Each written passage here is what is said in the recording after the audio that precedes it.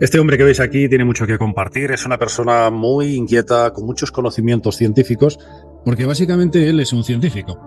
Y un científico, diría yo, de muy alto nivel.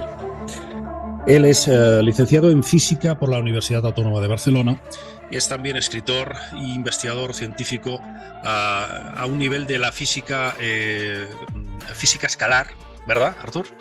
Sí, empecé por ahí en el año 2009 y después estudié pues, la biología, la geología, todo lo que no encajaba con el modelo oficial.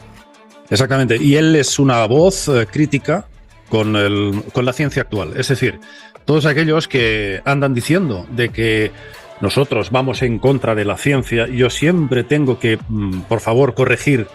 Yo, David Parcerisa, no digáis cosas que yo jamás he dicho, ni pongáis en mi boca palabras que nunca he pronunciado, y una de ellas es esa. Yo jamás he ido en contra de la ciencia. Voy contra quienes quieren manipular la ciencia con sus intereses. Y aquí tenéis una prueba de ello, que es Artur, que lleva toda su vida dedicado al estudio de las falsas ciencias.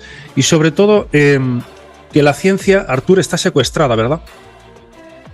Pues a ver, desde que nace la ciencia moderna, porque hay que decir que antes ya había la alquimia, la espagiria, y había la astrología que se enseñaba a nivel de cátedras universitarias, todo en la India, la Ayurveda, el conocimiento de la medicina tradicional china, es decir, había un gran pósito de conocimiento que en la era de la modernidad, sobre todo en el siglo XIX, aparece una serie de figuras en el mundo que lo que hacen es ver el mundo desde la perspectiva de la ciencia materialista, que es la que yo critico. Y económica. Exacto. O sea, la ciencia pasa a ser algo al servicio de corporaciones, empresas, y eso es lo que yo durante muchos años he venido a través de mis libros, primero un blog y toda una serie de etapas en mi vida, tratando de poner un contrapunto, ¿no? Exactamente. Yo es que quiero insistir en ese aspecto, ¿no? En la titulitis, que muchos, parece que tienen ese complejo de la titulitis. Pero claro, yo siempre digo, si queréis jugar a ese juego, adelante, con personas como Artur Sala podemos jugar a ese juego, a ver si les gusta, ¿no? Cada vez que hace una crítica. Evidentemente que hace muy poquitos días, un famoso, bastante conocido aquí en España, que yo no le tengo ningún tipo de nada en contra de esta persona, pero bueno, se metió conmigo y dijo: David, ¿qué títulos tienes tú? ¿Qué títulos tienes tú? Bueno, pues yo le respondí: yo no tengo ninguno de título. Yo tengo el título que me ha dado la vida, que es autodidacta. Pero lo bueno es que yo defiendo lo que personas como tú, que habéis profundizado en estas cuestiones básicas de la física, de cómo realmente funciona este universo, caramba, yo me hago eco de lo que muchos de vosotros contáis, ¿no? Y la pregunta principal, Artur, ¿qué intereses hay para que la ciencia verdaderamente no alcance su propósito, que es mostrarnos la verdad? Bueno, la verdad es que es una pregunta que tenemos que situar en el contexto de los tiempos, ¿no? No sería posible que la ciencia materialista sea lo que es si no existiera antes una cosa llamada el sistema educativo, donde ya desde buen inicio marca muchísimo qué se tiene que pensar y qué no. Y sería imposible empezar, digamos, sin ver que el sistema educativo tiene una parte fundamental en el hecho de que cuando tú llegas a la carrera o te formas, tengas esa sensación que yo he visto después en otros amigos, o en otros profesores. Me gustaría, por ejemplo, citar el caso del doctor Íñigo Gómez Alquino, que él tiene más o menos la misma edad que yo y él en medicina vio exactamente lo mismo que yo he visto en física, ¿no?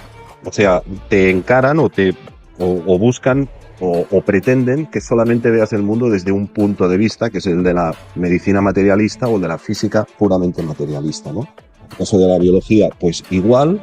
Y es algo que, gracias a lo que ocurrió en 2020, que lo vamos a citar aquí, muchas personas empezaron a tomar cuenta de esto, ¿no? Porque hasta ese momento éramos unas voces muy, muy reducidas, pero después es cuando uno ha tomado o ha puesto más el ojo en ver exactamente cómo funciona el aparato sanitario, el aparato científico, esos famosos expertos que nadie sabía quién eran y que aparecían y desaparecían, y todo este show que pudimos ver y asistir en ese año que cambió muchas vidas, ¿no? Ujú. y permitió ver que hay un cuarto jinete del apocalipsis, que es el del jinete blanco, el de los inventos, que en esta última fase de esta historia que hemos ido pasando por etapas, parece que ahora es el que se ha erigido, una vez el de la religión y ha pasado en segundo plano, como el que posee la verdad y el que pues dictamina, ¿no? Sí, sí, sí, sí. Entonces, bueno, pues eso gracias a lo que ocurrió, pues bueno, yo creo que a mí personalmente, pues ha habido más gente interesada en mi obra antes y después. Por ejemplo, no sé, he sido entrevistado 4 veces en Flippity Flop y gracias a esto pues he hecho una amistad muy profunda con Lara Hernández. Eso me ha permitido conocer a otras personas como Martín, en fin. Bueno, pues Sí. en parte yo pues he sido más reconocido antes y después de esto sin duda, porque era una Sí. voz que ya llevaba unos cuantos años con esto. Claro, claro. Porque yo siempre me queda una frase que me dijiste cuando yo te entrevisté una vez para un documental de esa época que se llamaba La celda planetaria. La celda Que planetaria. recuerdo que me dijiste, David, no me gusta el título. ¿Te acuerdas? Y Sí, me sí, dijiste, bueno, este título no me gusta mucho. Y luego me dijiste algo que me clavó, se me quedó grabado a fuego. Y dijiste, se podría desmontar una por una todas las teorías que sustentan la ciencia actual. bueno, se pueden desmontar muchas y sobre todo las más importantes. ¿Vale? Darwin. Eh, bueno, es que el darwinismo hay que entender una cosa, que el darwinismo no es una teoría científica, es una teoría económica que aparece a mediados del siglo XIX, en la época victoriana, cuando una serie de intelectuales de un club que se llamaba el X Club, donde estaban Herbert Spencer, Thomas Malthus y toda una serie de personas que fueron los grandes padres de la eugenesia, cuando se dieron cuenta, sí, es que es así, cuando ellos se dieron cuenta de que querían hacer un discurso social y económico en el cual justificaran la supremacía del imperio inglés sobre el resto de culturas de todo el mundo, que para ellos no eran nada más bueno, pues que bestias, literalmente, pues como era tan bestia lo que decían, valga la redundancia, pues decidieron vestirlo de ciencia. Y ahí apareció la evolución en términos de Darwin, que fue una mala copia de las teorías de la evolución que existían en el siglo XVIII, de Lamarck, de Cuvier, de toda una serie de intelectuales franceses, que desarrollaron unas ideas sobre la taxonomía, sobre el desarrollo embrionario de las especies, ya se hablaba de la aparición de nuevas especies dentro del embrión, etcétera, etcétera. Bueno, todo iba bien encaminada la biología a finales del siglo XVIII. Luego está la Revolución Francesa, las guerras napoleónicas. Eso cambia completamente el orden mundial. Hay un orden mundial diferente. El Imperio Británico pasa a ser el imperio que coge, digamos, el poder. Y en ese momento ese imperio británico necesita, para justificar su hegemonía política económica en el mundo, pues toda una serie de ideas malthusianas, eugenésicas y demás, justificarlas o vestirlas de ciencia. Y ahí es donde entra en juego Darwin, ¿no? Pero claro, años después, o 100 años después, se dan cuenta que en el registro fósil no hay evidencias de una evolución lenta de las especies, no hay evidencias de nada de esto, y entonces intentan tapar todo esto con ideas como el saltacionismo de Stephen Gould, pero bueno, realmente hoy en día, como decía Máximo Sandín hace 15 años, la biología está en situación de esquizofrenia, porque realmente las bases de la teoría de Darwin no son, es que Darwin no era un científico. De hecho, en sus libros queda muy claro, las primeras ediciones del origen de las especies ponía o la supremacía de las especies más evolucionadas en su lucha por la supervivencia. Qué fuerte, qué fuerte. O sea, un racista en tu vida. No, es que eran así. O sea, todo lo que surgió de ahí eran, como te digo, eran ideas supremacistas, racistas, que como eran tan bestias, como te digo, David, se vistieron de ciencia. Y por eso siempre digo, el kit de la cuestión con el darwinismo es que el darwinismo científico es posterior al darwinismo social y económico.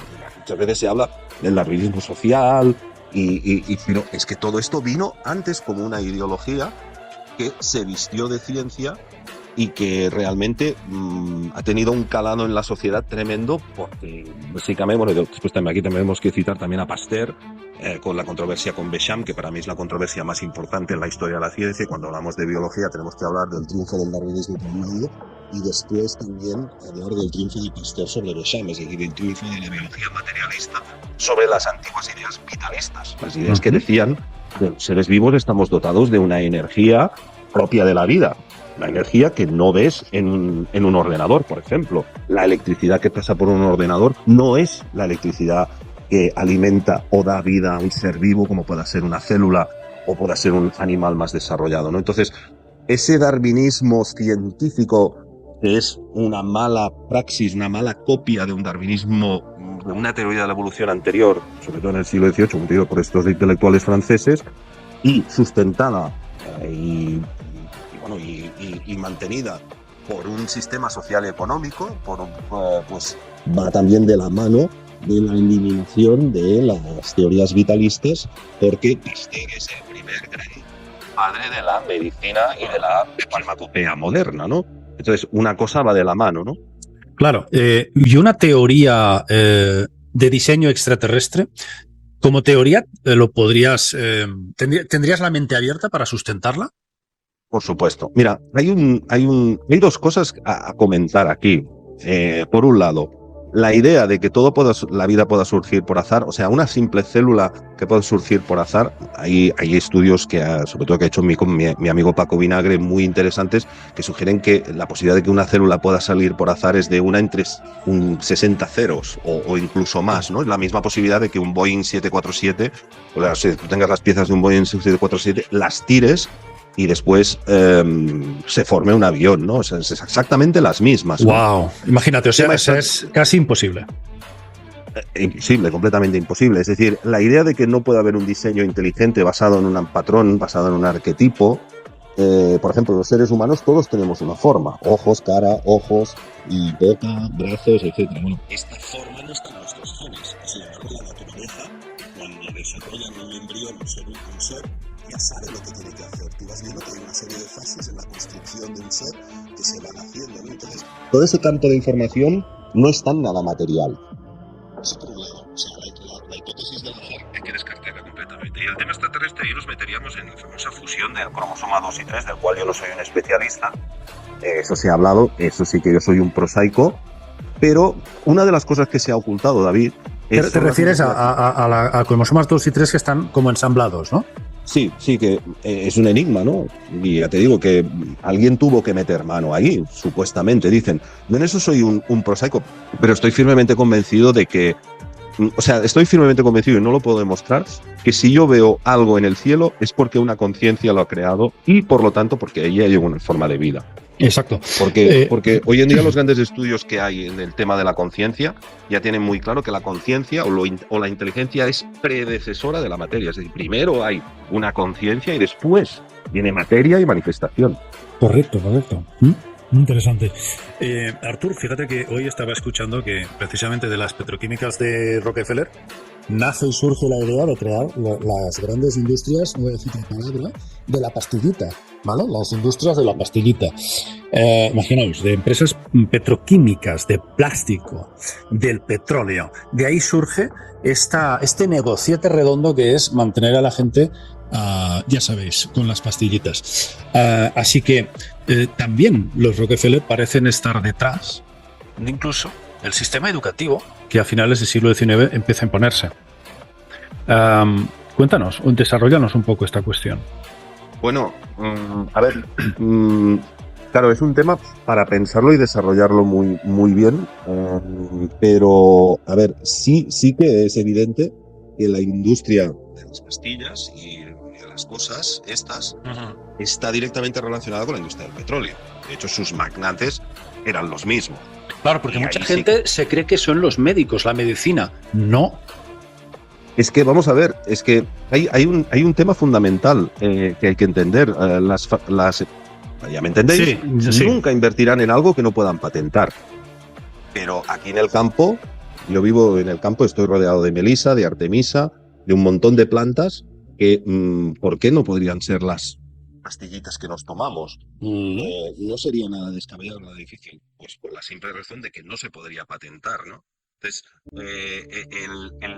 el tema principal siempre es la ambición. O sea, es que el método científico, la ciencia, no tiene un problema. El problema siempre está en la ambición que hay detrás, ¿no? Porque, yo te digo, está estrechamente relacionada el sistema educativo, con la industria del petróleo, con la industria farmacéutica. Cuando tú tiras del hilo, te encuentras que arriba están siempre los mismos. Siempre los mismos, exactamente. Y eso es lo más triste, ¿no? Que la gente no se dé cuenta de esta cuestión. ¿Tú planteas otro tipo de ciencia, Artur? Sí, a ver, yo no quiero ahora hablar de mí, pero en este sentido, ni promocionarme ni nada, pero yo me dedico a la formación en temas científicos de ciencia alternativa, aparte de escribir los libros, y de todo hay siempre modelos, de todo. O sea, tenemos modelos, tenemos una física alternativa, tenemos una biología alternativa, tenemos una geología alternativa y evidentemente tenemos una biología alternativa mucho más coherente con la vida. De todo tenemos modelos. Lo que no tenemos en el otro lado es la voluntad de que haya un debate, de que haya unas dudas o que haya un... O sea, yo, por ejemplo, David, te puedo decir, y eso sí que te lo digo de primerísima mano, que prácticamente nadie en la industria del petróleo cree que el petróleo pueda proceder de restos de materia orgánica. O sea, absolutamente nadie. O sea, en la industria del petróleo todo el mundo tiene claro que el petróleo se forma en profundidades muy, muy grandes, se extiende como metano. El proceso se ha ido estudiando con los años y se entiende bastante bien, pero claro, tú ves que en el sistema educativo desde el primer momento te dicen combustibles fósiles, combustibles fósiles, combustibles fósiles. Entonces ahí aparece esa como Gehring, ¿no? O sea, tú repites una metida 1 millón de veces, Venga. se convertirá en una, Claro. Hablas una verdad. Hablas de debates. Para ti, como físico, ¿crees que el tema de la tierra recta puede entrar a hacerse un debate o crees que no vale la pena? Bueno, se puede debatir de todo.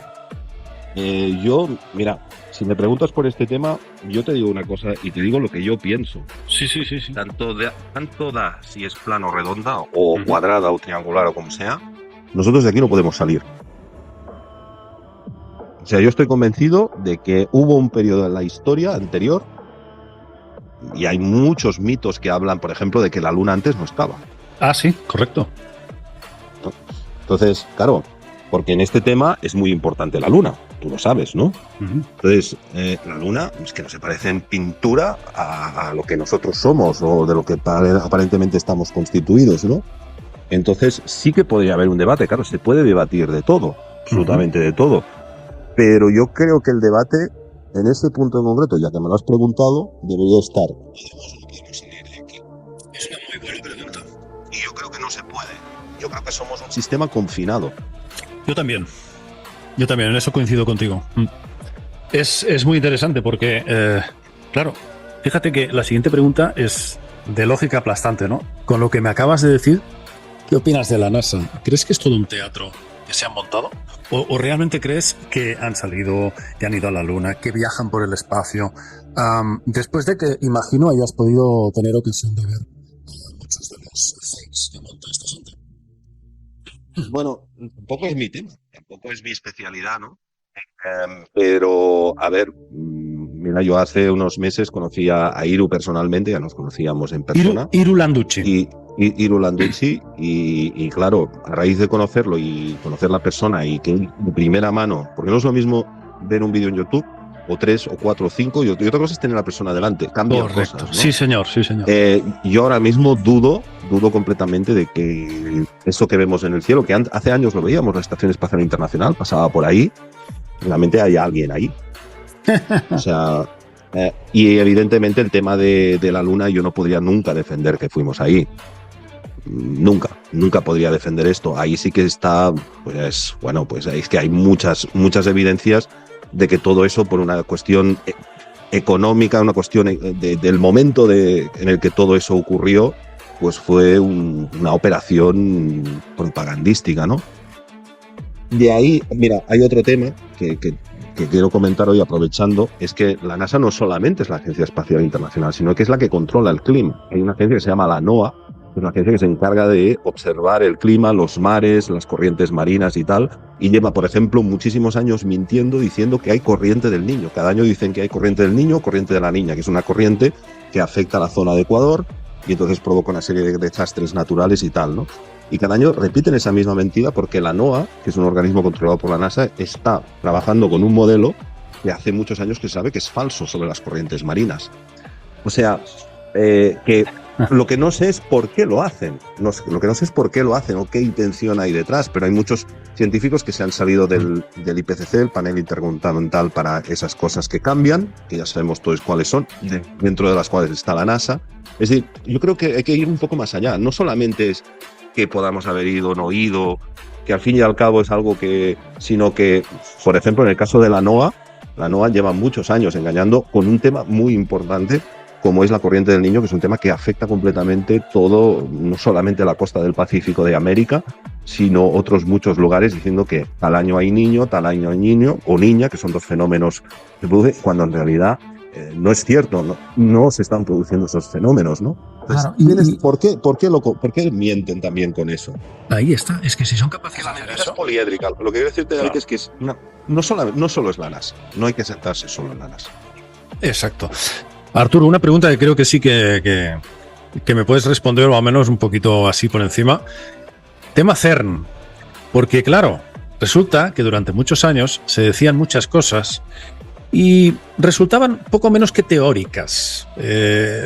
Muchas veces incluso parecían como fabulaciones, pero no había, vamos a decir, ningún indicio gordo que lo respaldara de una forma directa, ya que se estaba hablando de portales dimensionales en el seno del CERN. Pero fíjate que hace muy pocos meses aparece una doctora llamada Astrid, creo, si no recuerdo mal, el apellido un poco complicado, Astrid Stuckelberger, y esta doctora efectivamente lo busqué, lo comprobé y sí, dice directamente que le llegaron fuentes fidedignas de dentro del CERN que le dijeron que se habían abierto portales por los que entran y salen diferentes entidades. Me gustaría mucho saber tu opinión sobre este tema. A ver, yo no tengo acceso a esta documentación, pero sí te digo que yo sé que la ciencia no mueve un céntimo si detrás no hay dinero. Y evidentemente la idea esta altruista de estar buscando una partícula que supuestamente detrás de esto estaría la gravedad, pues evidentemente me hace gracia, porque David, estamos hablando de muchísimo dinero. Muchísimo dinero. Hay 3 grandes proyectos en el mundo, que son la fusión nuclear del hidrógeno, que llevan 50 años con esta retahíla y no la han conseguido ni la van a conseguir por motivos que serían largos de explicar, que se han gastado millones y millones en la fusión nuclear del hidrógeno. El segundo es el CERN y el tercero es el proyecto del genoma humano, que también ha sido un fracaso absoluto. ¿Vale? Tardaron no sé cuántos años en decodificar todo el genoma y después se dieron cuenta de que el genoma realmente se afecta por el entorno, con lo cual da igual que tú sepas cómo esté codificado el genoma, porque realmente los genes responden al entorno. Por lo tanto, esa idea también, todo el dinero que se invirtió fue completamente falso. A ver, el dinero que han gastado en el CERN es algo que dentro de la física, dentro de físicos académicos, ha sido ampliamente criticado, porque nadie entiende por qué en un momento dado hay tanto dinero dedicado a algo supuestamente tan fútil como es el modelo de partículas, ¿no? Entonces, claro, ¿qué puede estar ocurriendo ahí si realmente están haciendo esto? Pues yo personalmente, sabiendo el tipo de entidades esotéricas que hay en el mundo, no me cabe ninguna duda. O sea, yo personalmente lo creo. Lo creo porque ya te digo, David, o sea, nadie invierte un céntimo en el mundo de la ciencia si detrás no hay una intención muy, muy clara o se sabe perfectamente por qué se hace y para quién se hace y para quién se trabaja. Wow, entonces, o sea, me estás diciendo que como físico, yo, a ver, hace bastantes años que te conozco, sé que estás en un nivel que la gente no tiene ni idea, estás en un nivel muy avanzado de física, sobre todo a nivel escalar. A ver, luego si quieres contamos un poco a la gente lo que es la física escalar, pero me estás diciendo que efectivamente se están abriendo portales. ¿Es posible que se estén abriendo portales a otros mundos, a otras dimensiones? Podría ser, sí, podría ser. Yo lo que te digo, David, es que la hipótesis oficial no tiene ningún sentido. O sea, nadie invierte, o sea, el que se crea que alguien va a invertir tanto dinero para encontrar una partícula que supuestamente da lugar a la gravedad y cerrar un supuesto modelo de partícula, realmente no sabe el mundo en el que vive. Entonces, detrás tiene que haber otra intención. ¿Cuál? ¿Esa? Pues no lo sé. Podría ser perfectamente posible, porque cuando escucho gente que habla de este tema, pues a mí lo que dicen no me parece absurdo. No, sinceramente, si no me lo parece, claro, te lo diría. Pero... es que el tema es que no es Pepito o el señor Pepe Rodríguez el que habla, es una mujer que ha sido contratada por varios gobiernos del mundo como doctora, como asesora científica, la señora Astrid Stuckelberger, y, coño, dice, esta mujer está hablando de algo muy claro, muy directo, que le ha llegado de personas de alta confianza de ella, y que habla de entidades dimensionales directamente, que entran y salen. Yo siempre he pensado en la hipótesis hiperdimensional, por ejemplo, en el caso del tema ovni. Yo siempre he pensado de que no me imagino que una nave pueda venir de un lugar del otro punto del universo a molestar a un granjero o lo que sea, sino que muchas de esas luces que se ven en el cielo son fenómenos interdimensionales. Y esos fenómenos interdimensionales, o sea, yo siempre he creído mucho en eso, de que hay otras dimensiones paralelas más elevadas. Y nosotros, desde luego, estamos en una muy densa y muy baja. Eso estoy firmemente convencido. Entonces, cuando tú trabajas con estos patrones tan alejados del equilibrio, entonces, claro, evidentemente puedes provocar distorsiones en el espacio-tiempo y puedes provocar esas cosas, ¿no? Claro, y ese Entonces, colisionador de hadrones kilométrico, tan brutal, sí. ¿Para qué tanto? Y que es un anillo, teoría, es un anillo, ¿verdad? Claro. Sí, claro, y en teoría, bueno, y luego hay los lineales como el Slack o el Sloan, y luego pues hay diferentes tipos, ¿no? Pero, a ver, la única aplicación práctica que tiene esto es en pequeños aceleradores donde se ha descubierto una cosa que se llama la radiación del acelerador, que lo que nos ha permitido, por ejemplo, pues es determinar la estructura de las proteínas y tal. Y eso es, por ejemplo, en la Universidad Autónoma de Barcelona hay uno. Se utilizan a veces aceleradores porque de la radiación que sale de los aceleradores se puede estudiar estructuras moleculares muy complejas como puedan ser la materia orgánica, las proteínas y tal, ¿no? Pero aparte de esas aplicaciones prácticas que sabemos que sí existen y ahí no hay que buscar tres pies al gato, todos los físicos te quedas así como, pero ¿para qué están haciendo lo que están haciendo, no? Entonces, cuando uno sabe cómo funciona la economía, cómo funciona el mundo realmente, y ves las mentes que hay detrás de todo, pues dices, a mí me cuesta mucho creer que alguien que tiene estas intenciones, detrás no hay algo perverso o algo que no sabemos, ¿no? Pero claro, yo no sé cómo... O sea, hay otros divulgadores que bueno, pues que han tenido acceso a otra información y profundizan un poco más. Pero no hay por dónde cogerlo, lo que te explican. Es que no hay por dónde cogerlo. ¿Tú has vivido algún tipo de fenómeno? ¿De fenómeno? Mira, yo en 2 ocasiones tuve lo que se llama una experiencia extracorpórea. Oh. Cuando yo tenía 21 y 22 años, cuando yo estaba en la universidad, precisamente en la época en la que no creía en nada de esto, en 2 ocasiones, en un sueño, me salí del cuerpo y tuve una experiencia de salirte del cuerpo. Eso se llaman experiencias extracorpóreas. No están tan estudiadas, no son tan bestias como las ECMs y todo esto. Y ahí tuve la posibilidad de ver lo que se explica, que la materia es algo que no existe. En realidad vivimos en un holograma y eso es la realidad, pero es que esto está escrito en las tradiciones védicas, en las tradiciones espirituales más antiguas te dicen que vivimos en una simulación. Y yo esa posibilidad la tuve, pero fíjate, David, me pasó cuando yo estaba en la época que no le di ninguna importancia. Le levanté por la mañana y dije, qué sueño más raro he tenido hoy. Eso algunas veces no lo había explicado nunca públicamente, pero a mis amigos sí. Es decir, qué sueño más raro he tenido, ¿no? Es como que... Pero no le di ninguna importancia. Si ahora me pasara, pues estaría diciendo, hostia, he visto otras dimensiones, he visto otras posibilidades, pero en su momento cuando me ocurrió porque yo creo que detrás siempre hay una conciencia, un diseño inteligente. Se me dio esa posibilidad cuando menos creía o menos abierto estaba en estas posibilidades, simplemente para que no me lo creyera, simplemente para que supiera que existiera. Y de hecho fue en 2016, a raíz de ver una entrevista en Mindalia Televisión a una persona que hablaba esto de las experiencias extracorpóreas, que dije, ostras, si yo te lo juro, David, o sea, nunca le había dado ninguna importancia y 20 y pico años después veo una persona que habla de esto. Yeah. Entonces sí que a mí me pasó en concreto en el año 94, 95 creo que fue, y me pasó en 2 ocasiones donde sí que he podido ver que luego las ECM son experiencias más elevadas que las experiencias extracorpóreas. Las experiencias extracorpóreas es una experiencia consciente donde tú te sales del cuerpo, que puede ser en un sueño o puede ser en estado de lucidez. Bueno, ahí Víctor Brosa y otra gente, lo que te explican que les pasaban de jóvenes, a mí también me pasó un par de veces, ¿no? Nunca lo había dicho, pero mira, ahora lo digo, ¿no? ¿Y viste tu cuerpo tendido en la cama? Flotas, o sea, en un momento dado sales, y de hecho las dos veces me pasó que cuando vuelves del sueño tienes una sensación de matrioscas, o sea, de muñecas rusas. Es como diferentes cuerpos se van engranando. O sea, la sensación más bestia no me vino al salir, porque al salir tienes una sensación que es un sueño muy particular, muy extraño, donde ves que la materia se desintegra, donde tú ves cómo es todo, te muestran un poco cómo es la creación.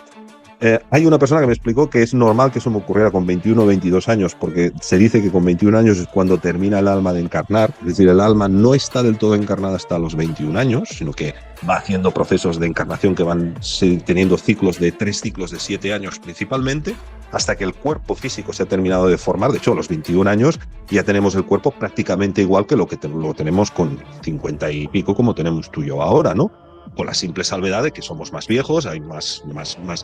Pues una persona me explicó, es normal que te pasara en ese momento, y lo que más recuerdo, David, fue el momento en el cual estás despertando del sueño, el momento en el cual empiezas a ver que todo eso que se dice que eres cuerpo mental, cuerpo espiritual, cuerpo físico, cuerpo astral, cuerpo de esto, vas viendo que son como, realmente es así la sensación, o sea, son como muñecas rusas que se van poniendo una dentro de otra hasta que en un momento dado, pum, te despiertas y dices, hostia, y las 2 veces me desperté diciendo, ¿a todo esto ha sido un sueño? Pues, y además tiene sentido, David. O sea, una persona que tiene emociones, que tiene empatía, evidentemente es una capacidad o una inteligencia muy superior a la mental. O sea, tú con tu mente no puedes desarrollar la empatía. La empatía te acercas al amor, te acercas a las experiencias trascendentes. Evidentemente es un cuerpo superior, ¿no? Entonces, cuando yo veía esas clasificaciones, decía, bueno, tiene sentido. Y fue a raíz de escuchar esto donde dije, pues hostia, pues sí, efectivamente. Hay una jerarquía en la manifestación. Pero es que, David, en la Cábala lo ves. Desde Keter hasta Malkut, pasas por Binah, por Geburah y por toda una serie de... Y por eso me gusta tanto Mario Saban, porque hace una cirugía a través de la Cábala de cómo está constituido el ser, que tiene muchísima lógica. Bueno, muchísima lógica. Primero se forma el cuerpo físico, después el cuerpo etérico, que es las plantas tienen cuerpo etérico. Ese halo que nosotros vemos en la fotografía Kirlian, pues es el cuerpo energético que todos tenemos los seres vivos. Luego esto va siguiendo hasta que llegamos a los mamíferos y en particular a los perros, que pueden llegar a desarrollar el amor por su propietario, la empatía. Y después nosotros desarrollamos un cuerpo mental que nos hace ser conscientes de que somos conscientes, que eso no ocurre en el reino animal. Nosotros podemos reflexionar sobre nuestros actos cuando simplemente, pues yo que tengo 2 perros, pues a mí me hace mucha gracia cuando entre ellos se pelean y después te los miras y te quedan mirando así, sonriendo, diciendo, pues si no ha pasado nada, si nosotros somos así, esto es un juego, esto aquí estamos jugando, ¿no? Entonces tú dices, vale, correcto. No, o sea, somos, y lo digo muy en serio, somos muchas capas